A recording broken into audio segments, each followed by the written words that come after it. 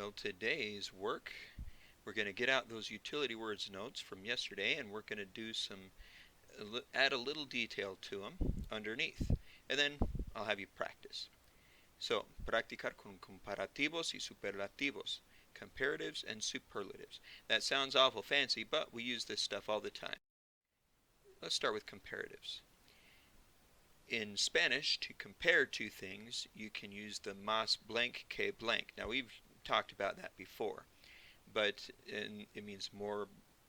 For example, I could say, that is more more interesting than this. But you can also use less, that is less interesting than this, and just say menos blank que blank. Here's an example sentence. Write this down. El disco compacto de Shakira es menos popular que el disco compacto de Maná. Shakira's CD is less popular than Maná's CD. Anyways, that's the structure, that's the phrasing, that's how you do it.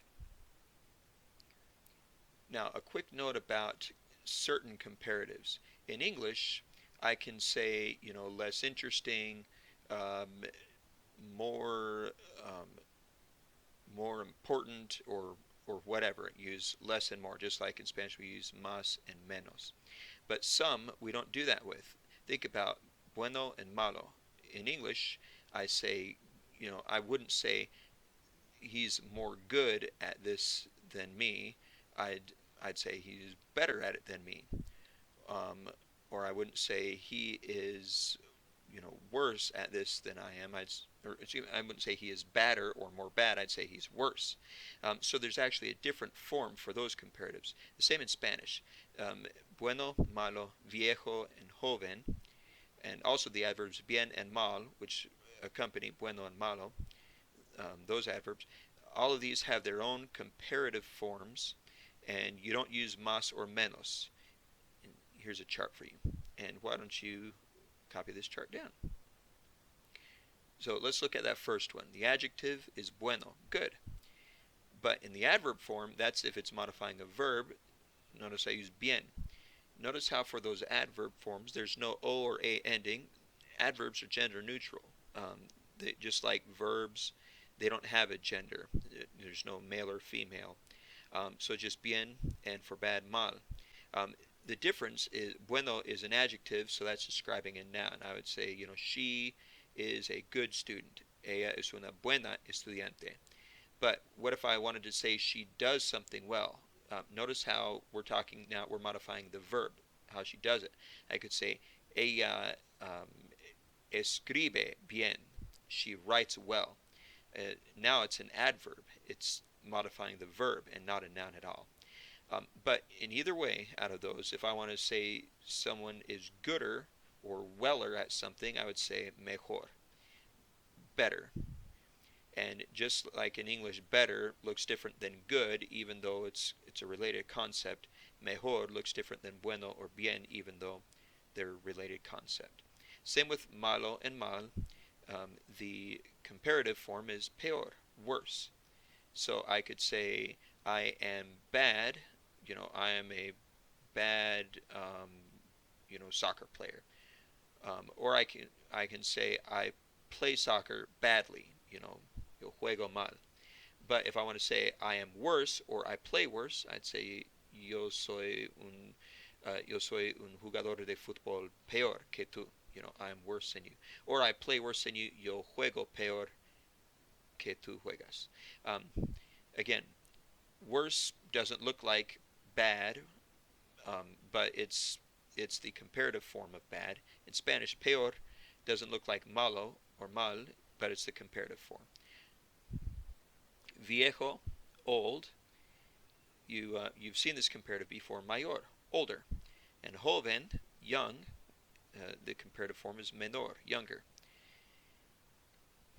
All right, take a moment to copy those down. And why don't you write down an example sentence. Another note for you here. All of these comparatives, mejor, peor, mayor, menor, and joven, end with consonants. So remember, if we are modifying a plural noun, then the adjective has to pluralize too, but we don't add an S because he's in with a consonant, we add an es. So mejores, peores, mayores, menores, and jóvenes. Here's an example. Los videos de Shakira, plural there, son mejores que los videos de Juanes. They're better than.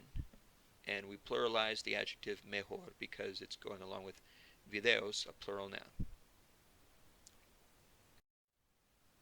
Let's try practicing. You don't have to do these on your notes if you have some scratch paper handy. I'll do an example for you, and then I'll have you pause it and try out these 4 on a piece of scratch paper. You can do them on your notes if you want and if you have room. All right, Felipe and Monica are different from each other. Use the model and picture, using those, right comparisons of the 2 siblings. Remember to make the adjectives agree. Here's an example. If Monica is, let's see, alto means tall. So, she's taller than Felipe. So I'm going to write a sentence saying that Monica is taller than Felipe. Remember the comparative form, más blank que blank. So I would say, Monica es más alta que Felipe. Notice how I had to change the adjective to make it feminine to match Monica. It was a feminine subject. Monica is more tall than Felipe, or taller than Felipe. All right, pause the video and write some sentences. For number 1, write, well, what do you think? Is Felipe more or less serious than Monica? And number 2, is Monica older or younger than Felipe? Remember, viejo means old. And is Monica blonder or less blonde than Felipe? And number 4, is Felipe more studious or less studious than, more studious or less studious than Monica? All right, pause to write those in Spanish. Remember, you can look at the example sentence to see how I did it.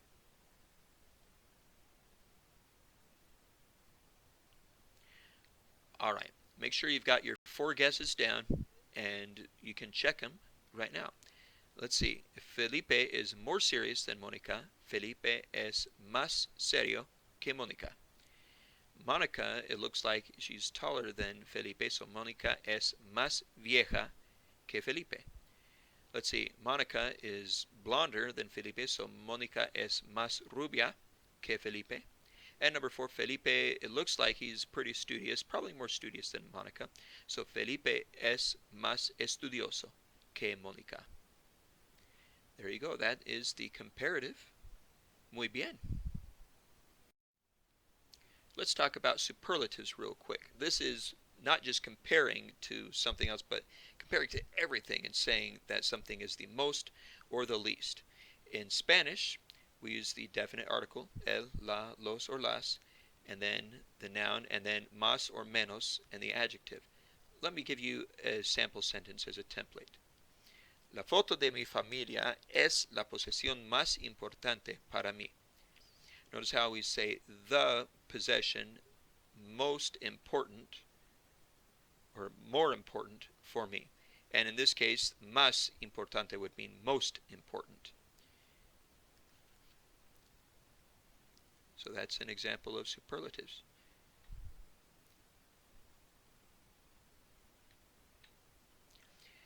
Now to say another kind of superlative, best or worst, then you're going to use, again, the definite article, the, el, la, los, or las, and then you're going to use mejor or peor and the noun. Here's an example. Rojo y azul son los mejores colores para mi dormitorio.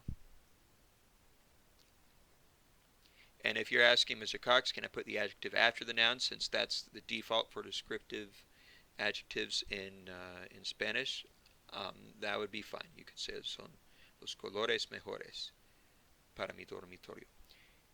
But use that definite article, el, la, los, or las, the best or the worst, el mejor, el peor.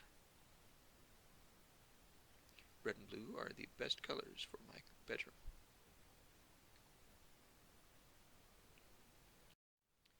And let's practice it here. Write out the whole sentence in each case, get that practice in, and see if you can figure out what they're saying. Look at each sentence. If you see a plus, you're going to use más, and a minus, you're going to use menos. All right, pause the video. Write your 4 sentences. Again, you can do this on scratch paper if you want. If you have room on your notes and you want to do it there, that's just fine too. and then unpause when you're ready to check.